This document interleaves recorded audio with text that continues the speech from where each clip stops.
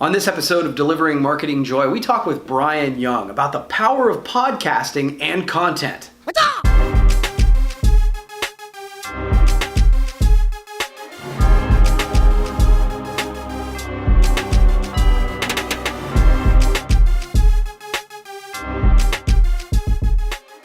Well, hey there, and welcome to another edition of Delivering Marketing Joy. I'm your host, Kirby Hasseman, and joining me today is a new friend and a rock star in the industry, not only in the promo industry, but in the podcasting industry, Brian Young. He's the Director of Business Development for the Dunstan Group. Brian, I know you're a busy guy, so thanks for taking the time.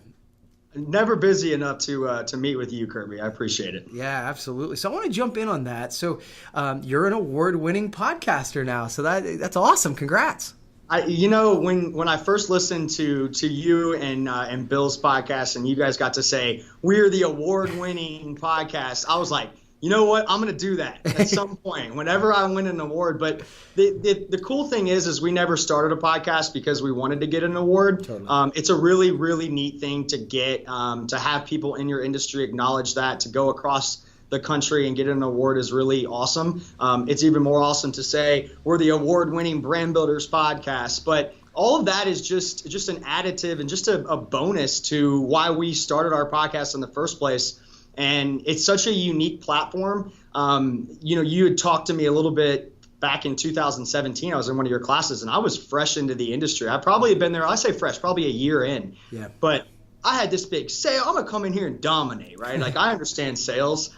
Wow, was I wrong? I had a lot to learn, and luckily enough, got to go and be a part of PPAI in 2017 and go to one of your classes. And it was, I think, social media sales or something like that. Yeah. And I sat down, and you guys, I just took a bunch of notes, and one of the things you said was you should start a podcast. And I'm like, that's crazy, but why not? And so I threw the idea out to our owner, and luckily my owner is not the type of person that says, well, what are we going to get from that? What's the business? What's the ROI? He was more about like, oh, that's pretty cool. Like, let's see if we can implement it. And I said, yeah, but you're going to be on it with me. Now, that was a little bit of the kicker, but that's kind of how it started. We went to Vegas, and I think 3 years ago when I went to Vegas, I looked at it as, oh, there's a bunch of my competition, and oh, we better be doing something better than them. And now that I've gotten to go back in 2019, this past month, it really made me change my mindset and view people in our industry as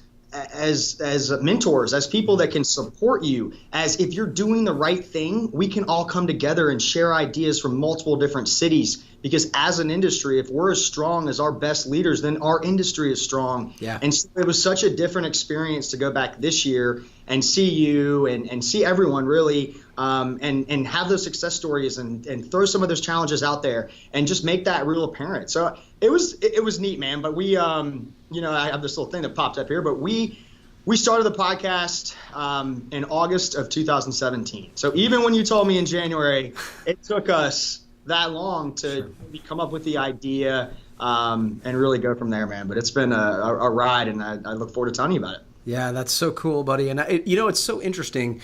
I think you're exactly right. When I went to Vegas and PPI, I think I always looked at it like, gosh, there's so much business out there. There's no way I could get it all anyway. So I've never viewed that as competition. And I think that you are coming to that realization where it's like, man, when we can share platforms and share best practices, it makes the entire industry better. So I'm really tickled to hear you say that. That's cool. Yeah, it's a unique industry, right? Mm-hmm. Like there's a lot of people that can look at it as competition, but the reality is if I can work with another distributor that's out of Detroit, that's out of Seattle, that has relationships. I mean, sitting down with someone who had Amazon for 14 years and understanding how did you develop that relationship, but ultimately, how did you keep Amazon for 14 years, right?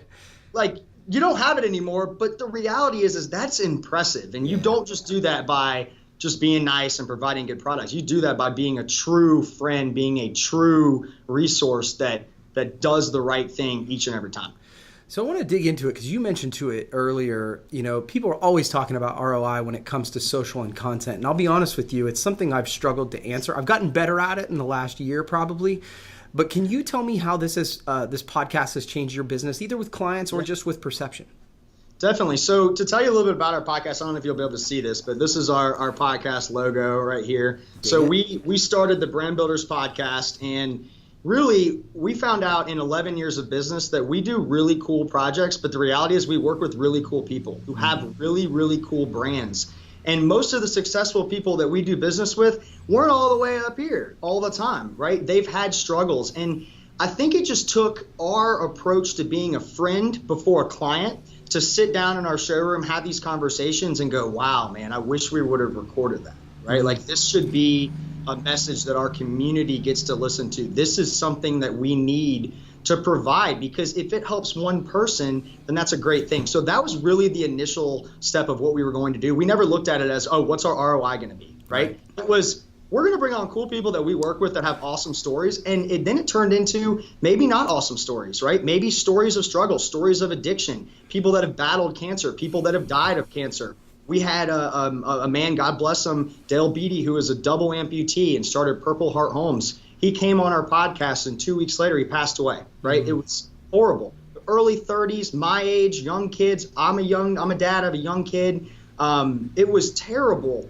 But his wife told us, release the podcast on his funeral, right? And it'll choke me up right now thinking about that, because the reality is it was really difficult for me to listen to it. But when I listened to it on the way to his funeral, by the time I got there, it was so deep, and it was like, you know what? God had a plan. And I hope everybody else got to listen to that on the way up there. But that right there made it, there's a purpose, and it's not about an ROI. It's about getting people's stories out there. And if we can connect one person with a nonprofit, with a charity, we can connect one person with another company to do business. If we can, elevate a brand by just providing this type of a platform, that's really it. So we get people all the time. How many listeners do you have? How many of this? And our polite answer is very simple.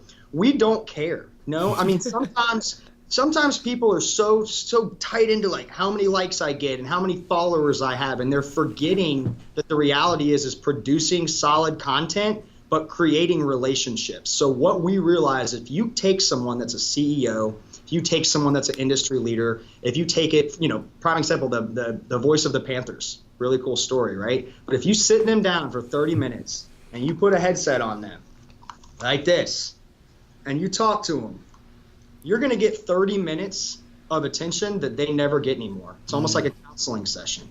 So from my perspective, you sit down with somebody and have that conversation, you get to know them. And every person we've interviewed, we now have, we just launched our 75th podcast. Wow. And with every Friday, but every single person that we have interviewed, I remember the podcast like it was yesterday. And if I see them in the community, not only are they running right at me, I'm running right at them. And it's the coolest experience, from people that would walk right past me in networking groups to now walking right up to me being like, how are you doing? Yeah. It's a hard question to ask. My goal is this. If you provide good content, if you have a purpose, and if you stay true to being a community leader and giving back, good things happen. Yeah. Good business happens to good people. Yeah. And so it's a hard question to ask, but we've never sat here and said, oh, well, I hope we get a ton of business from it. It was really, how cool would it be to tell a story every week? Not only do we get to stay top of mind every week, but we politely get to market other people's stories. And I have more fun doing that than I do really in any other aspect of my job, which is kind of crazy. Yeah, that's really cool. So it's funny. I've always struggled with the answer. And it was funny for this, as we were discussing the number. At this point, we're at 225, 230, something like that, which means every week we're coming out. And I wasn't 4 or 5 episodes in, Brian, and somebody's like, well, what's the ROI? What are you getting from it? And I'm like, I don't know. I just know it's the right thing. And I recently read Seth Godin's book, This is Marketing. Mm-hmm. And he illustrated it for me, as Seth Godin tends to do, better than I've ever done it. And he talked about how there's a difference between brand marketing and direct marketing. And direct marketing, you're trying to get a call to action. You're trying to get a click through. Brand marketing, Coca-Cola doesn't think people are going to leave their homes in the middle of the Super Bowl and go buy Coca-Cola, right? You're creating a top of mind and a brand. And I was like, yeah, That's it. That's the reason we do this, because when the time comes, we will have provided value. We've provided great stories. The business will take care of itself. And so that's certainly been my sort of journey, and it sounds like that's the same for you. Yeah, and I think a lot of people don't always think that there has to be a bottom line, right? I mean, I think look at a business, especially in our environment. If you work for a business that's always just drilling the bottom line, it's probably not that fun to work there, right? Like you're gonna have ups and downs. Yeah. With us, it's more about the overall journey, right? Don't focus so much on the analytics around everything. Like if you just do good things, then good things happen. And Right. I think it's really neat how many people, or I want to quote unquote say haters out there that have said, why are you doing a podcast? Are you kidding me? I mean, my owner, Scott Dunston, is one of the most respected men in my life. I've loved him giving me an opportunity. But it's so funny how many people that are CEOs and executives will like, how do you get the, it's like, it's not that difficult. Right. We can spend an hour with an industry leader every week, and then we get to tell their story, right? Like it's fun, it's exciting, but it makes everybody that comes on this podcast our friends. And Charlotte, it's a big city. We were lucky enough to have the NBA All-Star game here, but that right there I think showed everybody like our city's big, but our city's really small. And so you can be a big player in that city and podcast and other ways. You do great jobs on vlogs. I mean, that's the next thing we got to do, is get more into video. But yeah, it's a tough question to answer. I think you just need to stay true to who you are. And if you believe in it, do it. And don't let the doubters say anything. Yeah, I like it. So final question for you. So for me, I know when it comes to creating content, we're always looking for tips to do it better, right? So what are some things that you tell people that want to start to create content, or like somebody for me, what can I do to up my game? What are some tips?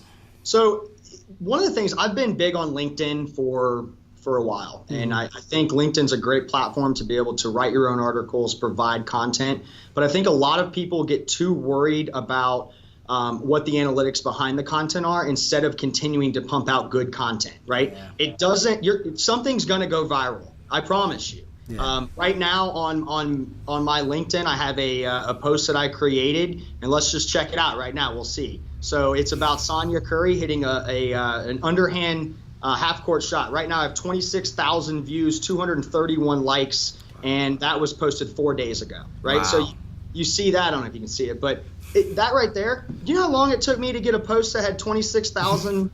Like, are you kidding me? But the reality is that I know that what I believe in is what I believe in, and I'm going to put that on paper. I'm going to put that through a podcast, and I'm not afraid of people that don't like it or do like it. It doesn't matter to me, right? I'm true to who I am, and I'm authentic. I think that's number two. You have to be authentic in everything you do. Do not follow people. Gary Vee says some crazy things, but Gary Vee also challenges people to be true to who you are. If you're a good person and you believe in yourself, then damn it, stand out there and believe in yourself. You don't have to be a follower. We have a lot of people now that are like, we want to start a podcast. We want to start a podcast. And I think that's fantastic. But I even tell them, do you want to start a podcast, or do you want to do what's the next podcast? It's going to be the next thing. Because in my mind, podcasts are phenomenal. I think people will be able to listen for a while. But like, what's going to be next? So that would be my second thing. And the third one is take a risk. Don't be afraid to try something that nobody else has done.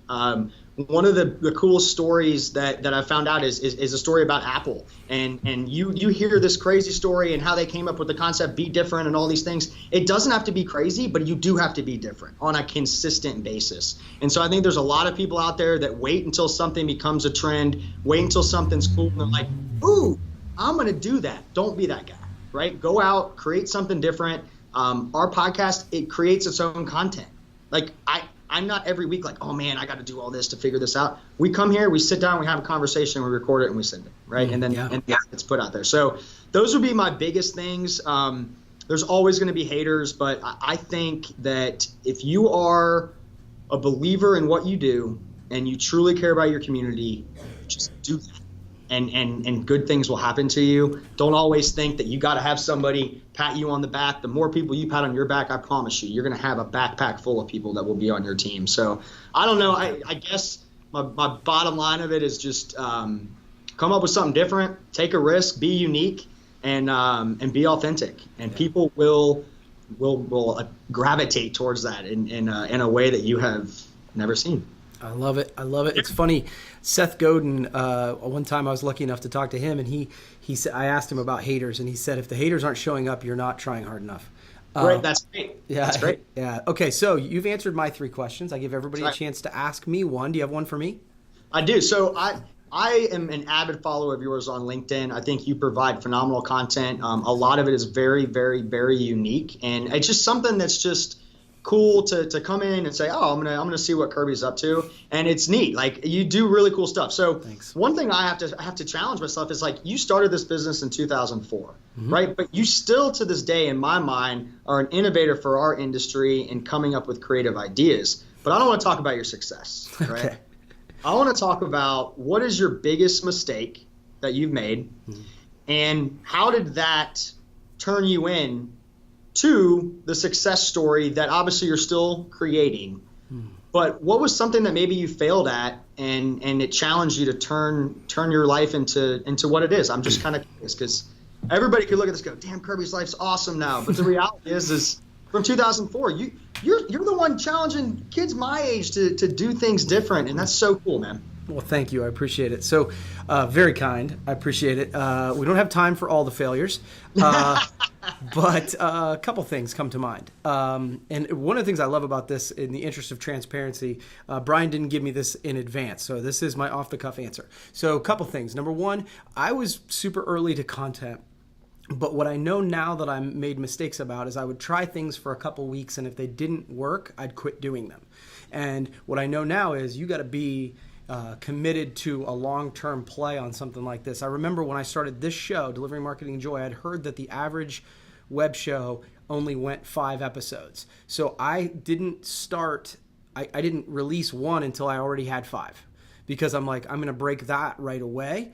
The other thing, and this is going to be weird, is I had a great employee at one point that was vocal on social media about negative things, and I never shut that down.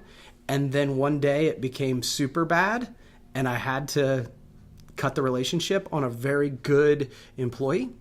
That was a huge failure on my part from a leadership perspective, because had I just said, hey, this is not how we're going to talk about clients and stuff like that online.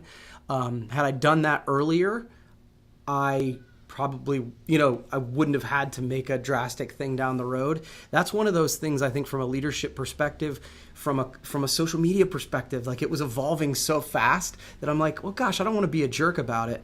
But I think in that moment, I needed to be a leader, and I wasn't. And then down the road, I had to be a leader, but it was a jerk moment instead of a leading moment. And so those are the two that kind of pop into my head. And so hopefully I've learned at least a couple things from that. But I guess time will tell. No, that's a great story, man. I think positivity wins all the time. Yeah. So much negative stuff out there. Pump content that makes somebody feel good, that challenges the way they think. It's been cool, man. Well, I appreciate you having me on this podcast. This Absolutely. Is pretty cool. It's going to be different listening to this podcast as an avid listener, now as a guest. So that'll be an experience for sure. Absolutely. Well, thank you so much. We will definitely do it again sometime. And that's going to wrap up this edition of Delivering Marketing Joy. We'll see you next time.